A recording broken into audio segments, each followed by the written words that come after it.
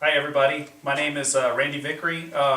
If you could show that we have 4 of the 5, due to somebody not being able to show up at the last minute, we only have 4, so hopefully this will work. So I'm going to do my persuasive speech, and hopefully by the end of my speech I can persuade you to think the way that I do. So here we go.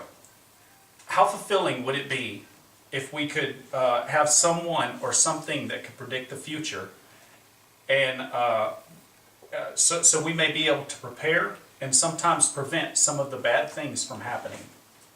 Well, many people or prophets have been identified as being able to do that very thing. And the most popular of these prophets was Michel de Nostradamus, or simply known as Nostradamus. There have been many TV shows and thousands of articles written about this so-called prophet, who they say actually predicted certain events like World War II, September 11th, and has everyone in a heated debate about what is actually going to occur during the year 2012. With this time frame right on our doorstep next year, I wanted to take this opportunity to do some research and find out exactly what is the craze over this man. I am going to talk about Nostradamus' life, some of Nostradamus' most famous work, and lastly, one of the most famous so-called predictions he made. I plan to show you during each main point that there is no way that this man could have predicted the future. Instead, I believe with a little trick of ink and very vague writing, his work was blown completely out of proportion. Let's start with who this man was and his upbringing. According to Skeptoid.com, Nostradamus was born in December 1503 in southern France. He had 8 brothers and sisters and was educated by his own grandfather. When he was 15 years old, he enrolled at the University of Avignon, where he started pursuing his bachelor's degree. Soon after this university closed its doors, he moved on and attended Montpellier to keep learning about medicine, which was his major. He later married a woman whose name is still in dispute and had 2 kids together, but his wife and kids were soon killed by the plague. Now, as you can see, this man was not born under some family with special powers. He didn't have some life-altering change in his life where he acquired certain powers. He was a normal person just like you and I. The only thing that I found pretty interesting about his life was that he attended college at 15 years old. So, based on Nostradamus.org, he settled down in Salon de Provence and really started focusing his time on the occult. The word occult has many different meanings, but the one definition that stood out to me the most was the knowledge of the paranormal, and is also used with a lot of magical organizations. Now, I think because of this fascination with the unknown world is what got Nostradamus to start writing. So let's look at some of his most famous work. Nostradamus' first work was actually an almanac that he created back in 1550. Now, this almanac became so popular that he started writing one every year.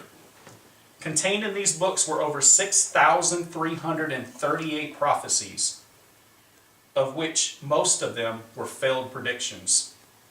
He then shifted his focus to writing over 1,000 quatrains. Quatrains is simply a different form of writing. It's similar to poetry. It has 4 lines, and this is what he became most famous for today. It is believed that he was concerned with his safety from religious fanatics, so he created a mystery method disguising the context of his work by adding a mixture of different languages such as Greek, Latin, and Italian. Now, due to this reason, I think his work was not accurately deciphered, so there's no way for us to know for sure what his work really meant. His most famous and most disputed work was a book of quatrains called the Les Prophéties. It wasn't long after this masterpiece was published that people started coming from all over Europe and treated Nostradamus as some kind of psychic. Most of Nostradamus' work in the Les Prophéties was predictions that really focused on natural disasters. He even went a step further and predicted the end of the world to be in 1800, 1887, or sometime shortly after 2000. So one of the predictions that he made that has caused a ton of controversy is stating that the end of the world would be 2012, or would be during the year of 2012. So let's take a closer look at 2012 and what has everyone in a frenzy. Now, I can't count how many articles I have seen talking about the end of the world being sometime in 2012. The Mayan calendar, the Gnostics, and Nostradamus was just one of these.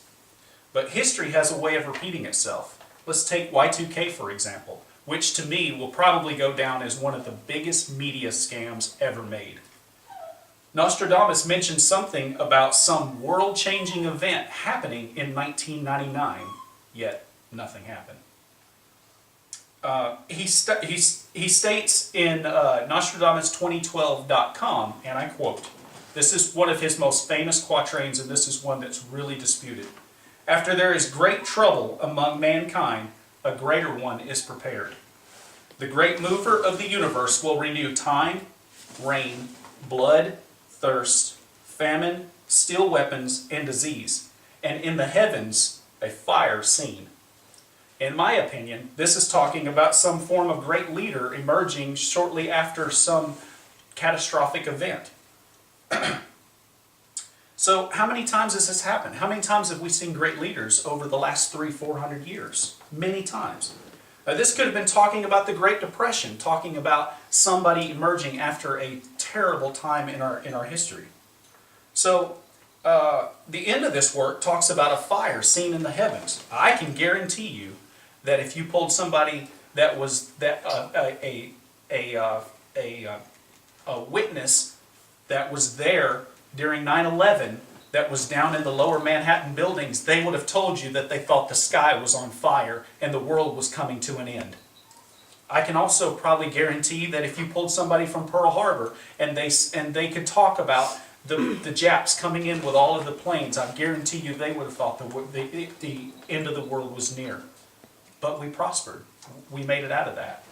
So my point is,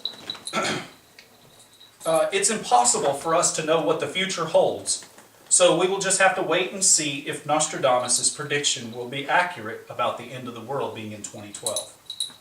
So in closing, I can clearly say that I am one of the skeptics that think Nostradamus' work was very interesting, but he did not predict the future. I went over this man's life, some of his most famous work, and gave you an example of one of his most talked about quatrains. This man used such vague verbiage that it is impossible to pinpoint his writings to one event. After all, if people were so convinced of his work, why didn't somebody go to the World Trade Center Tuesday morning, pull the fire alarm, and save thousands of lives? It just didn't happen because it wasn't true.